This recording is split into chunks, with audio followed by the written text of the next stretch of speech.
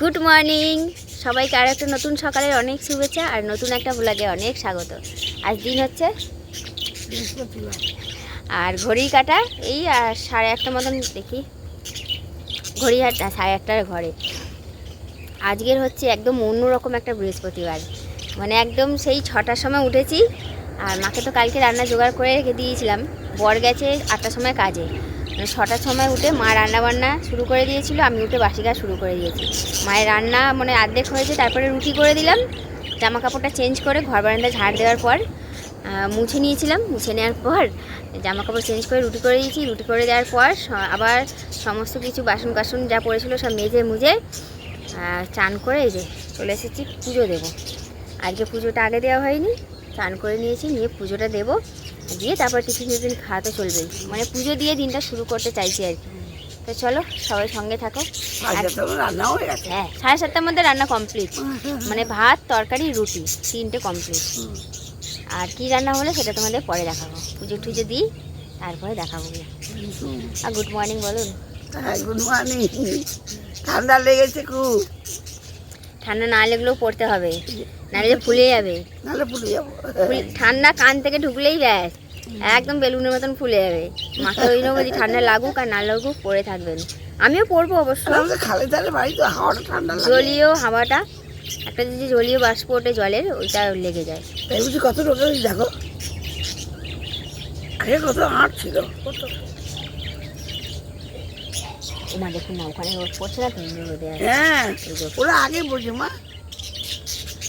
তাহলে চলো পুজোটা দিয়ে নিই, বৃহস্পতিবার তো একটু টাইম লাগবে, পাঁচালিয়ারে পড়বো। রে বস বস বস, তোকে ডাকছে না। আরে তোকে ডাকছে না, ওদের ছাগল ডাকছে, বস।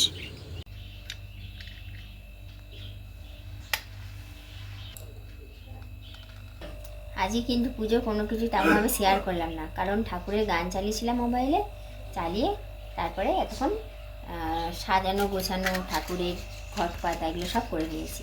এখন এই পুজো শেষের দিকে পাঁচালিটা ভাবছি এখন পড়বো না, কারণ 9:30টার উপরে হয়ে গেছে, তো টিফিন আরে বানাতে হবে। সন্ধ্যেবেলায় পাঁচালি পড়বো।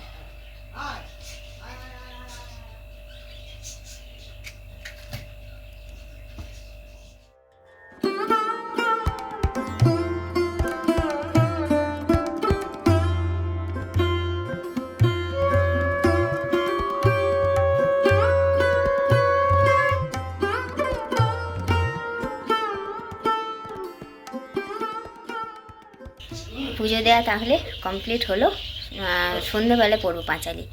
এখন তাহলে উঠি, কি ঠাকুর প্রসাদ গ্রহণ করুক, এখন গিয়ে টিফিনের ব্যবস্থা করি, দেখি কি বানানো যায়। রান্না তো অনেক কারণ আগেই হয়ে গেছে, তোমাদের বললাম। আসলে বরের আর শ্বশুরের রুটি করেছিলাম, আমাদের করা হয়নি, দেখি আমাদের কি করা যায়। টেন তা আজকের রান্না হয়েছে আমুদি মাছ ছিল, আর ছিল কয়েকটা ভোলা মাছ। আমুদি মাছ দিয়ে ভোলা মাছ দিয়ে আলু দিয়ে সিম দিয়ে ঝোল হয়েছে, ঠিক আছে। যেহেতু অনেক সকালে রান্না, তো একদিন এক তরকারি হয়েছে, নাহলে হয়ে উঠতো না।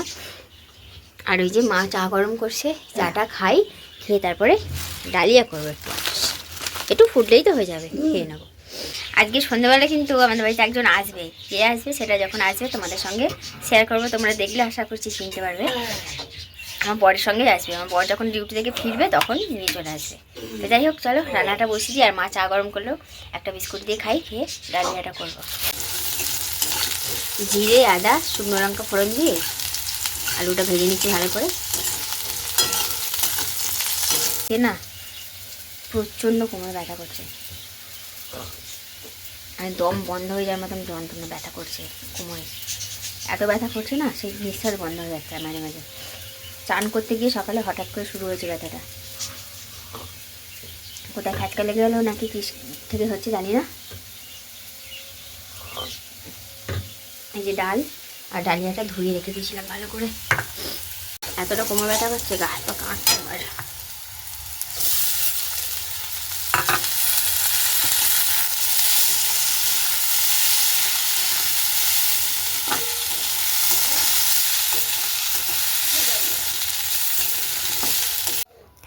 কোমরটা এতটাই ব্যথা করছে, আমি দাঁড়িয়ে থেকে যে রান্নাটা করব সেটুকু পর্যন্ত হিম্মত আর কোলালো না।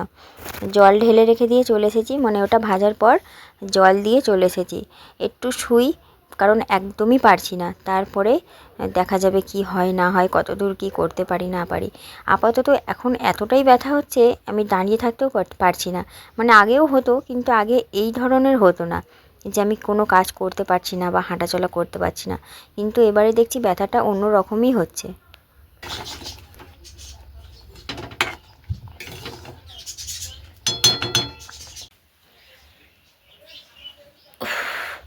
এত ব্যথা হচ্ছে না, দম বন্ধ হয়ে যাচ্ছে।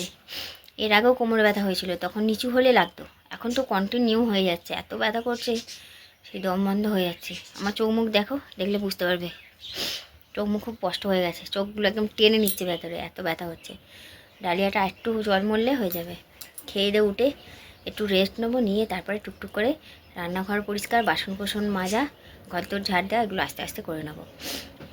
বর থাকলে হয়তো বলতাম করে দাও, কিন্তু করে নিতাম আস্তে আস্তে, কোনো উপায় নেই। না হলে একটা ব্যথার ওষুধ খেতেই হবে। আমি ব্যথার ওষুধ না খুব একটা খেতে চাই না, কারণ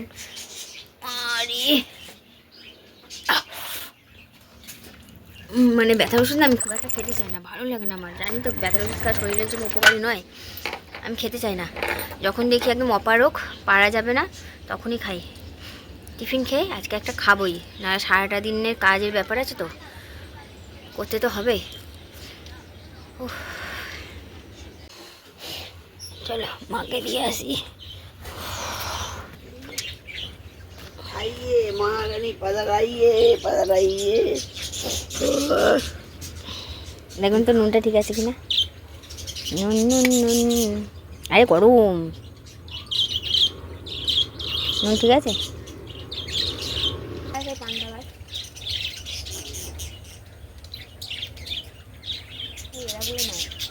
প্রথমে ভাবছিলাম যে ব্যথার ওষুধটা খাবো কি না খাবো, কিন্তু একদম অপারক হয়ে খেতেই হলো। তারপরে খানিকক্ষণ রেস্ট নিয়েছিলাম, মানে এডিট করছিলাম, ততক্ষণে ব্যথাটা কমেও গেছে।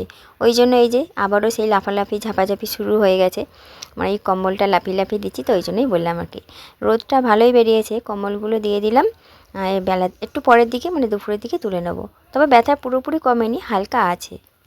আরে দেখো নৌকা চলছে, ওই যে নৌকা চালাচ্ছে। আসলে কি ভাবে না ভাবে ওই জন্য সামনে থেকে ভিডিও করতে পারলাম না। সরকারেরই লোক না মা, কোনো কাজের জন্যই নেমেছে নৌকা নিয়ে। দেখছি না, হলুদ রঙের ড্রেস পরে আছে, নীল রঙের জ্যাকেট পরে আছে। আর একটা জিনিস দেখাবো তোমাদের, চলো ঘরে নিয়ে যাই। আমার সব কাজ হয়নি, আমি একটা ব্যথার ওষুধ খেয়ে শুয়েছিলাম, দেখবে? এই দেখো সাপটা, দেখো কীভাবে কলা গাছে জড়িয়ে আছে।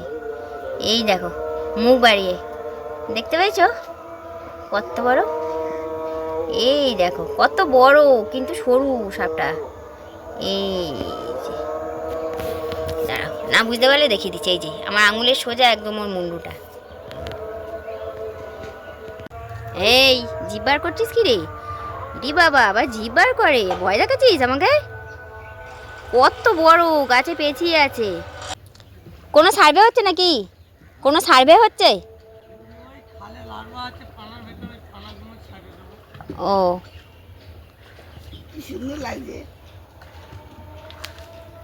আমাদের এখানে কত জল জোগানো তো টায়ার দিয়ে করতাম, টায়ার। কি সুন্দর না?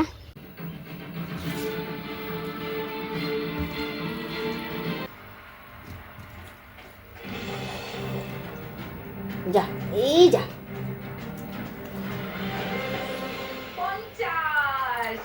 দেখো কুকুর ওই ছাগলকে ভয় পাচ্ছে। দেখো ছাগলও ঘাস খাচ্ছে আর এও কুকুর হয়ে ঘাস খাচ্ছে। বাবা বাবা বাবা, সঙ্গদোষে লোহা ভাসে।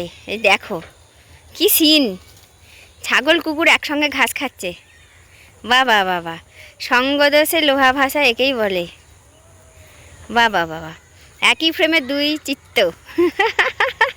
ছাগল কুকুর একসঙ্গে ঘাস খাচ্ছে।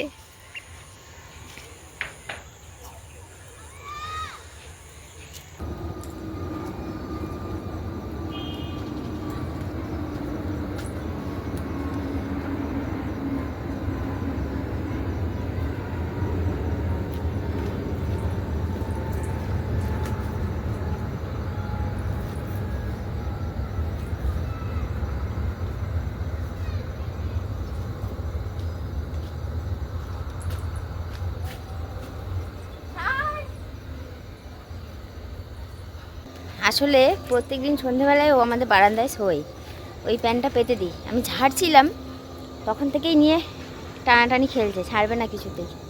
ক্যামেরা অন করতেই কী করে ওরা বুঝে যায় কি জানি, আর খেলছে না। হ্যাঁ, অফ ক্যামেরা অনেকক্ষণ খেলেছে, অনেকক্ষণ।